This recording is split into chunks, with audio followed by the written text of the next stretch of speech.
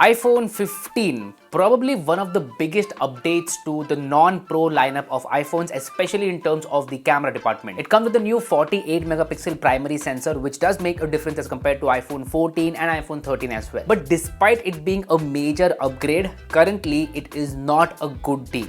Let me explain. You see, Apple announced a massive upgrade to iPhones with iOS 18, and it is massive because of two things: customization and AI features, that is Apple Intelligence. And iPhone 15 obviously is getting iOS 18, but it is not getting the AI features. Why though? Let's try to find out. See, first and foremost, we need to understand what Apple is doing with these AI features. Unlike other brands out there who heavily depend on cloud servers for AI features, Apple is taking a different route. They're making most of these AI features available on device, and there are a couple of reasons for that. First, and the obvious reason, is that they don't want to send data over servers. They care deeply about privacy, and that's why they want all these features to work offline. And if these features work on device, they will work faster without requiring an internet connection. So basically, you can use the features seamlessly anywhere. And to make these features work on device, there needs to be a lot of good hardware inside the iPhone. Now, iPhones are known to have the best processor out there, and that is still true. But the limitation in iPhone 15, especially the non-Pro model,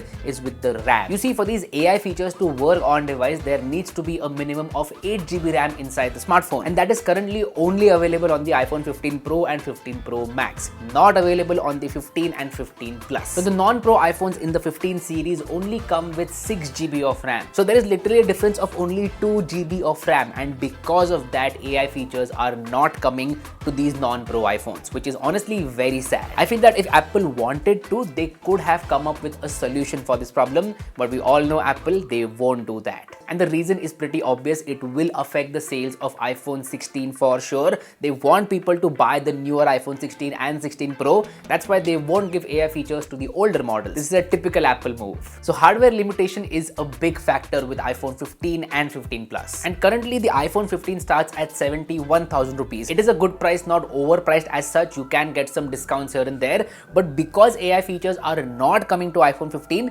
it doesn't look like a good deal now. In fact, a couple of months ago, I told my sister to buy the iPhone 15 because she wanted to upgrade. Her iPhone 11 was giving up, and I told that go for the iPhone 15. But in hindsight, that was a wrong recommendation. I thought that AI features in iOS 18 will at least come for all iPhone 15 series phones.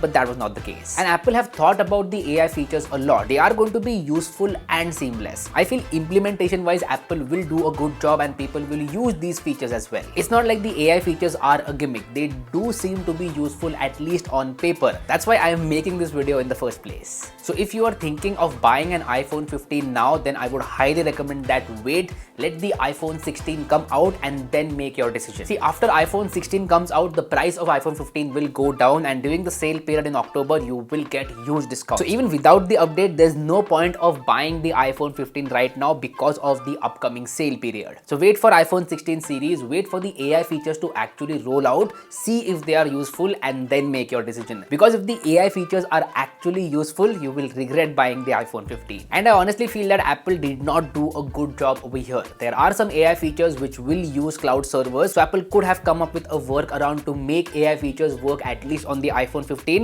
but they did not do so. Because on the other hand, Samsung did make their AI features available on older devices as well. That was a great move by Samsung. Now, in conclusion, if you were planning to buy an iPhone 15 or 15 Plus, then right now is not a good time. It is not a good deal. You will end up spending more and not getting the AI features as well. So there are two strong reasons to wait and see how things go.